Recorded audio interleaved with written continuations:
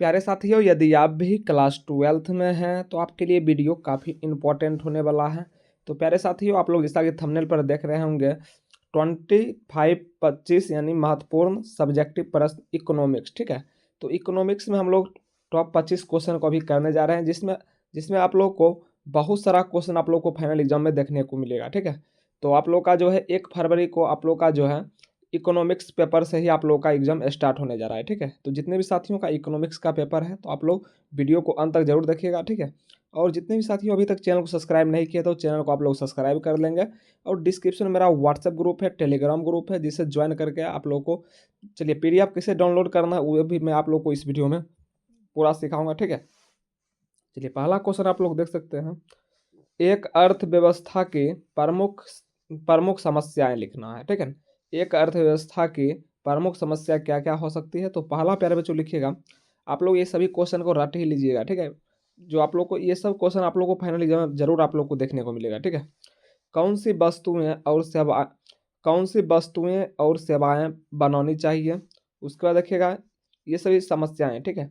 उत्पादित वस्तुएं और सेवाएं कैसी बांटी जानी चाहिए। उसके बाद है उत्पादन और वितरण को कैसे संतुलित किया जाए, ठीक है। ये सभी अर्थव्यवस्था की प्रमुख समस्याएं, 3 आप लोग लिख लीजिएगा, ठीक है। काफ़ी है, ये सब 2 मार्क्स में आप लोग को पूछा जाएगा, ठीक है। चलिए अवसर लागत की अवधारणा को आप लोग को लिखना है। तो 2 अवधारणा बहुत ही इंपॉर्टेंट आप लोग को है।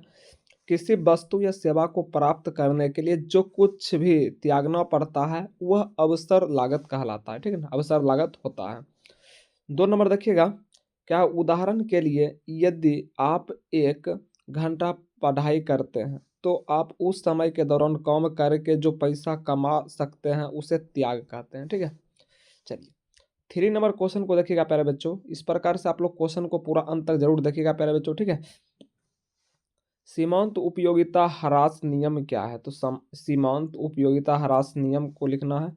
तो इसका आंसर कि यहाँ से देखिएगा प्यारे बच्चों, तो इसका आंसर कि आप लोग देख सकते हैं यहाँ पर क्या है, किसी वस्तु या सेवा की प्रत्येक अतिरिक्त इकाई की उपयोगिता पहले की इकाई की उपयोगिता से कम होती है, ठीक है। 2 नंबर देखिएगा, पॉइंट में आप लोग लिखने की कोशिश कीजिए, ठीक है।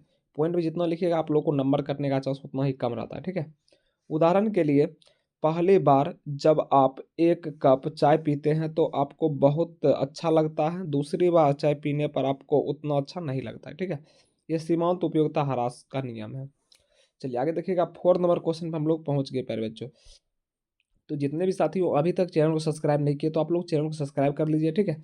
तो आप लोग को सभी सब्जेक्ट का होगा यहाँ पर अभी अभी भी हम लोगों के पास 1 मंथ कंप्लीट बचा हुआ है, ठीक है। तो इसमें आप लोग को मैं कितना अच्छा कर सकता हूँ आप लोग देख लीजिएगा, ठीक है। जितना भी हम लोग क्वेश्चन कराएंगे सभी सेलेक्टेड होगा। बजट रेखा बजट रेखा को आप लोग को परिभाषित करना है। तो बजट रेखा में आप लोग को 2 पॉइंट लिख देना है इस प्रकार से, आप अपनी राय के आधार पर किसी वस्तुओं और सेवाएं खरीद सकते हैं, इसका प्रतिनिधित्व करने वाला एक वक्र, ठीक है। उसके बाद है 2 नंबर देखिएगा पॉइंट, उदाहरण के लिए यदि आपकी 100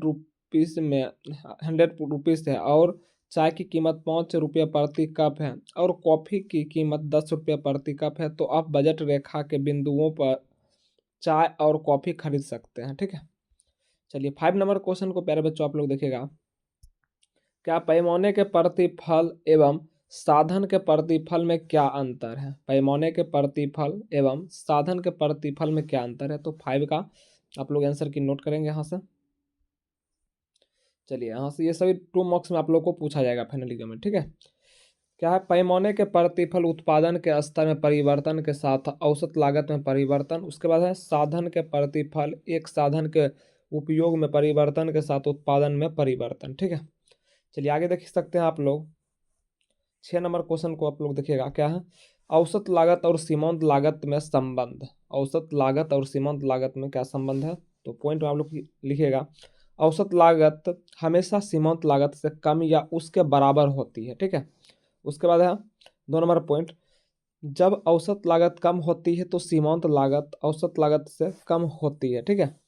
आखिरी पॉइंट देखिएगा, जब औसत लागत बढ़ती है तो सीमांत लागत औसत लागत से अधिक होती है, ठीक है। ये तीनों पॉइंट आप लोग लिख लीजिएगा। चलिए आगे देख सकते हैं प्यारे बच्चों, चलिए 7 नंबर क्वेश्चन आप लोग के सामने है, क्या है, पूर्ति अनुसूची एवं पूर्ति वक्र से आप क्या समझते हैं? तो इसका आंसर की देखिएगा, पूर्ति अनुसूची किसी वस्तु की कीमत के साथ आपूर्ति की मात्रा में परिवर्तन का प्रतिनिधित्व करने वाला एक सूची है, ठीक है। उसके बाद देखिएगा, पूर्ति वक्र किसी वस्तु की कीमत के साथ आपूर्ति की मात्रा में परिवर्तन को दर्शाने वाला एक वक्र है। चलिए आगे देखिएगा, 8 नंबर क्वेश्चन है। 8 नंबर क्वेश्चन को आप लोग देखिएगा प्यारे बच्चों, ये थोड़ा लॉन्ग क्वेश्चन है, इसको आप लोग, इसमें लॉन्ग को मैं आप लोग को अगली अलग से एक वीडियो करवाऊंगा, ठीक है। तो इसको आप लोग अभी स्किप कर दीजिए। जितना भी मैं आप लोग को शॉर्ट क्वेश्चन पहले करा रहा हूँ, तो आप लोग शॉर्ट क्वेश्चन पर आप लोग पहले ध्यान दीजिए, ठीक है। चलिए यहाँ से देखिएगा 9 नंबर क्वेश्चन, एकाधिकार से आप क्या समझते हैं? एकाधिकार, ठीक है, एकाधिकार से आप क्या समझते हैं? तो इसको भी 2 पॉइंट में मैं आप लोग को बता रहा हूँ, ठीक है। एक ऐसी बाजार संरचना जिसमें एक ही विक्रेता होता है। उसके बाद है, एकाधिकार विक्रेता अपनी कीमत का निर्धारण कर सकता है और खरीद को उस कीमत पर खरीदने के लिए मजबूर होना पड़ता है। आगे देखिएगा, बाजार 10 नंबर है, बाजार कीमत और सामान्य कीमत में संबंध समझाना है, ठीक है ना। बाजार कीमत और सामान्य कीमत में संबंध समझाना है। तो देखिएगा इसका आंसर की, बाजार कीमत वह कीमत है जिस पर एक वस्तु या सेवा वास्तव में बेची जाती है, ठीक है। उसके बाद देखिएगा, ये 4-5 पॉइंट है, आप लोग सभी लिख लीजिएगा, ठीक है। उसके बाद देखिएगा दूसरा पॉइंट है, सामान्य कीमत वह कीमत है जिस पर एक वस्तु या सेवा बेची जा सकती है। उसके बाद है, बाजार कीमत हमेशा सामान्य कीमत से कम या उसके बराबर होती है। उसके बाद देखिएगा, जब बाजार की कीमत सामान्य कीमत से कम होती है तो आपूर्ति में कमी होती है। जब बाजार कीमत सामान्य कीमत से अधिक होती है तो आपूर्ति में वृद्धि होती है, ठीक है। तो प्यारे बच्चों, मैंने आप लोग को 10 क्वेश्चन बता दिया है। चलिए एक क्वेश्चन मैं आप लोग को और बताता हूँ, लागत क्या है। उसके बाद मैं आप लोगों को PDF डाउनलोड करने के लिए सिखाऊंगा, ठीक है। जितना भी हम लोग क्या क्या पॉलिटिकल साइंस के किए हैं, हिस्ट्री का किए, ठीक है। और ये आप लोगों को इकोनॉमिक्स 3 विषय का मैंने कंप्लीट करा रखा है, ठीक है। तो इसका PDF आप लोग को सभी का कहाँ मिलेगा, तो बहुत बच्चे पूछ रहे थे, तो मैं आप लोग को अभी बताऊँगा, ठीक है। लागत क्या है? जमीन के मालिक को भूमि के उपयोग में बदलने में दिया जाने वाला कर है, ठीक है। तो चलिए प्यारे बच्चों, मैं आप लोग को PDF बहुत ही आसान तरीका से PDF को डाउनलोड करने के लिए सिखाता हूँ, ठीक है। तो आप लोग को सभी विषय का फ्री में आप लोग को PDF मिलेगा। यहाँ से देखिएगा, सबसे पहले आप लोग को क्या करना है, गूगल, ठीक है, GOOGLE, गूगल को ओपन, सभी के मोबाइल में आप लोग को होता है, ठीक है। गूगल या क्रोम भी, आप लोग क्रोम ब्राउजर भी ओपन कर सकते हैं, ठीक है। तो आप लोग को सिंपली गूगल या क्रोम ब्राउजर को ओपन करना। तो सिंपली प्यारे बच्चों, आप लोगों को गूगल या क्रोम ब्राउजर को ओपन कर लेना है और इस पर टाइप करना है आप लोगों को विवेक, VIVEK, ठीक है। इस प्रकार से आप लोग स्पेलिंग देख लीजिएगा, ठीक है, विवेक। उसके बाद लिखना EDUCATION, ठीक है, विवेक एजुकेशन सेंटर। सेंटर कैसे लिखना है, CENTRE, ठीक है, CEN, ऐसे आप लोग को लिखना है। पूरा स्पेलिंग आप लोग मिला लीजिएगा, ठीक है, विवेक एजुकेशन सेंटर। स्पेलिंग आप लोग एक भी गलत मत कीजिएगा, ठीक है। उसके बाद आप लोग जैसे ही सर्च करते हैं, आप लोगों के मोबाइल में कुछ इस प्रकार का इंटरफेस देखने को मिलेगा, ठीक है। तो आप लोगों को क्या करना है, तो प्यारे बच्चों, इस प्रकार का आप लोगों को फर्स्ट आप लोगों को मिल जाएगा। तो फर्स्ट में आप लोगों के मोबाइल में शायद 4 या 5 नंबर में आएगा, नहीं तो आप लोग इस प्रकार का देख लीजिएगा, यहाँ पर लोगो देखने को मिलेगा, ठीक है। तो यहाँ पर आप लोगों को क्लिक करना है। तो इस लिंक पर जैसे ही आप लोग क्लिक करेंगे प्यारे बच्चों, इस लिंक पर जैसे ही आप लोग क्लिक करेंगे तो आप लोग के मोबाइल में कुछ इस प्रकार का इंटरफेस देखने को मिलेगा, ठीक है। तो इस प्रकार का इंटरफेस जैसे ही आप लोग को मिलेगा प्यारे बच्चों, आप लोग स्क्रॉल डाउन करेंगे, ठीक है। तो आप लोग यहाँ से देख सकते हैं प्यारे बच्चों, 9, 10, 11, 12। तो 2026 में जितने भी स्टूडेंट क्लास 12 का एग्जाम देंगे उनका लिए भी आप लोग का न्यू फाउंडेशन लॉन्च होगा, ठीक है, इसी चैनल, इसी वेबसाइट पर, ठीक है। तो आप लोगों का जो है यहाँ से PDF आप लोग 12th वाला किसी तैयार प्राप्त कर सकते हैं जो 2025 में दे रहे हैं। तो आप लोग यहाँ से आप लोग देखिए, यहाँ 3 डॉट आप लोग को देखने को मिलेगा, ठीक है। तो 3 डॉट पर आप लोग को सिंपली क्लिक कर देना है। तो जैसे आप लोग क्लिक करेंगे प्यारे बच्चों, तो यहाँ आप लोगों को home, about, course, PDF, blog और कॉन्टैक्ट, 3 आप लोगों को 4-5 ऑप्शन देखने को मिलेगा। तो आप लोगों को क्या करना है, ये PDF वाला फाइल पर आप लोगों को क्लिक करना है। ये PDF वाला जो ऑप्शन है, PDF आप लोग को डाउनलोड करना है, तो PDF वाला पर क्लिक करना है। तो जैसे ही PDF वाला पर आप लोग क्लिक करेंगे प्यारे बच्चों, एक मिनट, जैसे ही PDF पर आप लोग क्लिक करेंगे तो कुछ इस प्रकार का इंटरफेस आप लोग के मोबाइल में खुलेगा, ठीक है। तो इस प्रकार का इंटरफेस जैसे ही आप लोग के मोबाइल में खुलेगा, तो इस जैसे आप लोग मोबाइल में इस प्रकार इंटरफेस खुलेगा तो इसमें 9, 10, 11, 12 तो इस प्रकार आप लोगों को देखने को मिल जाएगा। तो आप लोग क्या करेंगे प्यारे बच्चों, तो सिंपली आप लोगों को 12th का डाउनलोड करना है। तो प्यारे बच्चों आप लोगों को सिंपली व्यू डिटेल्स पर आप लोगों को क्लिक कर देना है यहाँ पर, ठीक है। तो व्यू डिटेल्स पर आप लोग जैसे ही क्लिक करेंगे प्यारे बच्चों, आप लोगों के मोबाइल में कुछ इस प्रकार इंटरफेस मिलेगा। ओके कीजिएगा, आप लोगों को सभी PDF शो करने लगेगा मोबाइल में, ठीक है। तो आप लोग देख सकते हैं यहाँ पर इकोनॉमिक्स का, ठीक है, सभी विषय का पेपर आप लोग को मिलेगा। इकोनॉमिक्स, हिंदी, इंग्लिश दोनों मीडियम में आप लोग को मिल जाएगा, ठीक है। और देखिए मैंने आप लोग को हिस्ट्री का भी जो करवाया था और जितना भी हम लोग क्लास अभी तक करा चुके हैं सभी का PDF आप लोग को मिलेगा। यहाँ एक्स्ट्रा भी आप लोग को मिल सकता है, ठीक है। देख सकते हैं आप लोग यहाँ पर सभी विषय का आप लोग को सभी PDF आप लोग को मिल जाएगा, ठीक है। तो चैनल को आप लोग फटाफट सब्सक्राइब कर लेंगे और इसी प्रकार का PDF आप लोग को प्रत्येक मंथ का, सॉरी, फाइनल एग्जाम का सभी विषय का मिलते जाएगा, ठीक है। तो देख सकते हैं आप लोग जितना भी मैंने आप लोगों को क्लास कराया था सभी PDF आप लोग को यहाँ शो कर रहा है, ठीक है। तो आप लोग फिर बाद में मत कहिएगा कि आप लोगों को PDF नहीं मिल रहा है, ठीक है। तो आप लोग अच्छे से जिससे मैं आप लोगों को सिखाऊँ तो उसी प्रकार से आप लोगों को करना है, ठीक है। तो मैं आशा करता हूँ प्यारे बच्चों आप लोगों ने PDF को बहुत ही अच्छे ढंग से डाउनलोड करने के लिए सीख लिए होंगे, ठीक है। तो सभी विषय का PDF आप लोग को वहाँ शो दिखेगा, ठीक है। तो आप लोग चैनल को जरूर सब्सक्राइब कर लेंगे, ठीक है। और भी PDF अपडेट होगा वहाँ पर सभी विषय का, ठीक है। देख सकते हैं आप लोग 12 नंबर क्वेश्चन है, कौन सी शक्तियाँ मजदूर पर निर्धारित मजदूर मजदूरी दर निर्धारित करती है। तो पहला देखिएगा, श्रम की मांग, अधिक मांग होने पर मजदूरी बढ़ती है। उसके बाद देखिएगा, श्रम की आपूर्ति, अधिक आपूर्ति होने पर मजदूरी घटती है, ठीक है। आप लोग कांटेक्ट वगैरह करना चाहते हैं तो आप लोग को डिस्क्रिप्शन में मिल जाएगा व्हाट्सएप ग्रुप का लिंक, वहाँ से भी आप लोग क्लिक कर सकते हैं। यदि आप लोग को उतना टाइप करने में दिक्कत हो रहा है तो आप लोग को मैं डायरेक्ट लिंक ही डाल दूंगा, तो वहाँ से आप लोग क्लिक करके भी डाउनलोड कर सकते हैं PDF को, ठीक है। चलिए आगे देखिएगा, 13 नंबर क्वेश्चन है, बाजार लागत पर शुद्ध राष्ट्रीय उत्पादन और साधन लागत पर शुद्ध राष्ट्रीय उत्पादन में क्या अंतर है। तो इसका आंसर की देखिएगा, बाजार लागत एक शुद्ध राष्ट्रीय उत्पादन में उत्पादन के सभी कारकों की कीमतें शामिल होती है, जबकि साधन लागत पर शुद्ध राष्ट्रीय उत्पादन में केवल श्रम और पूंजी की कीमतें शामिल होती हैं।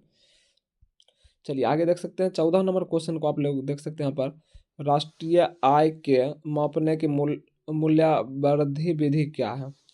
तो यहाँ से आप लोग नोट करेंगे, उत्पादकों द्वारा उत्पन्न कुल मूल्य वर्धित के योग के रूप में राष्ट्रीय आय को मापा जाता है। तो यहाँ से लेकर यहाँ तक प्यारे बच्चों नोट करेंगे। चलिए आगे देखिएगा, 15 नंबर क्वेश्चन है प्यारे बच्चों, जितना भी मैं आप लोग को क्वेश्चन करा रहा हूँ सभी प्यारे बच्चों सिलेक्टेड क्वेश्चन है जो आप लोग को शॉर्ट टाइप क्वेश्चन में पूछा जाएगा, ठीक है। चलिए, उपभोग फलन को परिभाषित करना है। तो इकोनॉमिक्स का प्यारे बच्चों 100 मार्क्स का होता है पेपर, आप लोग जैसा कि जानते हैं, ठीक है। तो आप लोग चाहते हैं 100 में कम से कम 70 to 80% स्कोर अभी से भी पढ़ कर जाए, तो आप लोग चैनल को फटाफट सब्सक्राइब कीजिए, क्योंकि जितना भी हम लोग क्वेश्चन कराएंगे अभी से, ठीक है, सभी सेलेक्टेड रहेगा जो आप लोग को डायरेक्ट बोर्ड एग्जाम में देखने को मिलेगा, ठीक है। चलिए 15 नंबर क्वेश्चन है, उपभोग फलन को परिभाषित करना है। तो इसका आंसर क्या देखिएगा, उपभोक्ता द्वारा उपभोग की उपभोग की गई मात्रा और उसकी आय का संबंध, ठीक है। चलिए आगे देखिएगा, आप लोग 16 नंबर क्वेश्चन को देख सकते हैं, पूर्ण रोजगार क्या है प्यारे बच्चों, पूर्ण रोजगार क्या है, पूर्ण रोजगार एवं आपूर्ति रोजगार संतुलन में अंतर को बताना है। तो इसका आंसर क्या आप लोग देखिएगा, पूर्ण रोजगार संतुलन में सभी वस्तुएं और सेवाओं की मांग और आपूर्ति समान होती है, जबकि अपूर्ण रोजगार संतुलन में सभी वस्तुएं और सेवाओं की मांग और आपूर्ति समान नहीं होती है। चलिए आगे देख सकते हैं प्यारे बच्चों, 17 नंबर क्वेश्चन को है। 17 नंबर क्वेश्चन आप लोग देखिएगा, मुद्रा के मुख्य कार्यों का उल्लेख करना है, मुद्रा के मुख्य कार्यों का उल्लेख करें। तो इसका आंसर क्या देखिएगा, विनिमय का साधन वस्तुओं और सेवाओं के क्रय विक्रय के लिए। आगे है भंडार का मूल्य, भविष्य के खर्चों के लिए। मूल्य मापन की इकाई वस्तुओं और सेवाओं के मूल्यों को मापने के लिए। उसके बाद देखिएगा, ऋण का साधन, ऋण लेने और देने के लिए। आगे देख सकते हैं 18 नंबर क्वेश्चन है, प्राथमिक जमा और उत्पन्न जमा में क्या संबंध है, ठीक है। तो इसका आंसर क्या आप लोग देखिएगा, 18 का, प्राथमिक जमा बैंकों द्वारा नए ऋण जारी करने के परिणाम स्वरूप उत्पन्न होते हैं। व्युत्पन्न व्युत्पन्न जमा प्राथमिक जमा के परिणाम स्वरूप उत्पन्न होते हैं, ठीक है। चलिए आगे देखिएगा प्यारे बच्चों, हिंदी इंग्लिश का भी होगा, बहुत सारे स्टूडेंट कमेंट कर रहे थे हिंदी इंग्लिश, तो हिंदी इंग्लिश का भी बहुत ही जल्द आप लोगों को वीडियो देखने को मिल जाएगा, ठीक है। तो आप लोग पेशेंस रखिए, ठीक है, सभी विषय का होगा। चलिए आगे देखिए, प्रगतिशील और प्रगतिगामी करों में अंतर बताइए। तो इसका आंसर की नोट करेंगे। प्रगतिशील कर की दर आय के बढ़ने के साथ बढ़ती जाती है, जबकि प्रगतिगामी गामी कर की दर आय के बढ़ने के साथ घटती जाती है। चलिए आगे देखिएगा आप लोग, 20 नंबर क्वेश्चन है। 20 नंबर क्वेश्चन है, सरकारी बजट के किन्हीं 4 उद्देश्यों को लिखें, ठीक है। राष्ट्रीय आय और रोजगार को बढ़ाना, सामाजिक न्याय को सुनिश्चित करना, उसके बाद है आर्थिक विकास को बढ़ावा देना, सार्वजनिक सेवाओं का प्रावधान करना। उसके बाद है, ठीक है, मैं को छोट उत्तर को छोटा कर देता हूँ। चलिए आगे देखिएगा, 21 नंबर क्वेश्चन है, संतुलन विनिमय दर क्या है। किसी वस्तु का आयात और निर्यात बराबर होने पर जो विनिमय दर होती है उसे संतुलन विनिमय दर कहते हैं, ठीक है।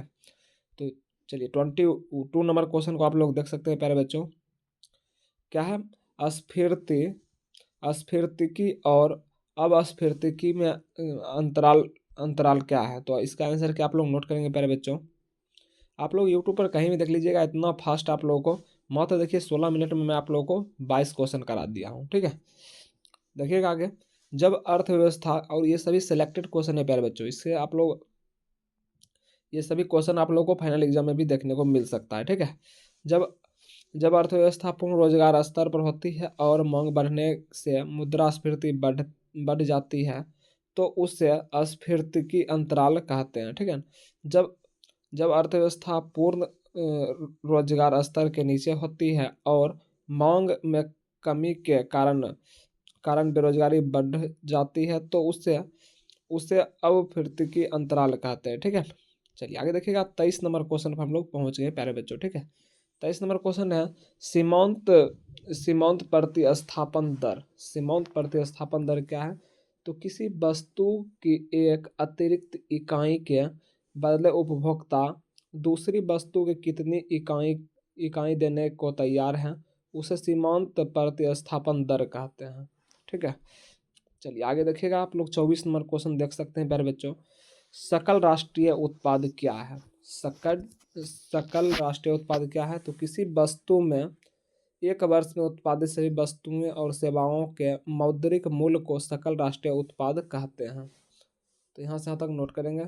चलिए, मौद्रिक मौद्रिक नीति क्या है। तो 25 का आप लोग नोट करेंगे, मौद्रिक नीति। चलिए, मौद्रिक नीति क्या है। तो केंद्रीय बैंक द्वारा अर्थव्यवस्था में मुद्रा की आपूर्ति को नियंत्रित करने के लिए अपनाई जाने वाली नीति को मौद्रिक नीति कहते हैं। तो यहाँ से यहाँ तक प्यारे बच्चों नोट करेंगे। तो प्यारे बच्चों, मैंने आप लोगों को 25 क्वेश्चन का जिक्र किया था, तो 25 क्वेश्चन को मैंने कंप्लीट करा दिया है। तो आप लोग इसे ज़रूर याद कर लेंगे, ठीक है। और पीडीएफ को आप लोग ज़रूर डाउनलोड कर दीजिएगा गूगल से, ठीक है। तो गूगल में आप लोग को सिंपली विवेक एजुकेशन सेंटर टाइप करना है, वहाँ से आप लोग क्लिक करके 3 डॉट पर आप लोग पीडीएफ प्राप्त कर सकते हैं, ठीक है। तो आज के लिए इतना ही। वीडियो बढ़िया लगा तो आप लोग चैनल को जरूर सब्सक्राइब कर सकते हैं, ठीक है।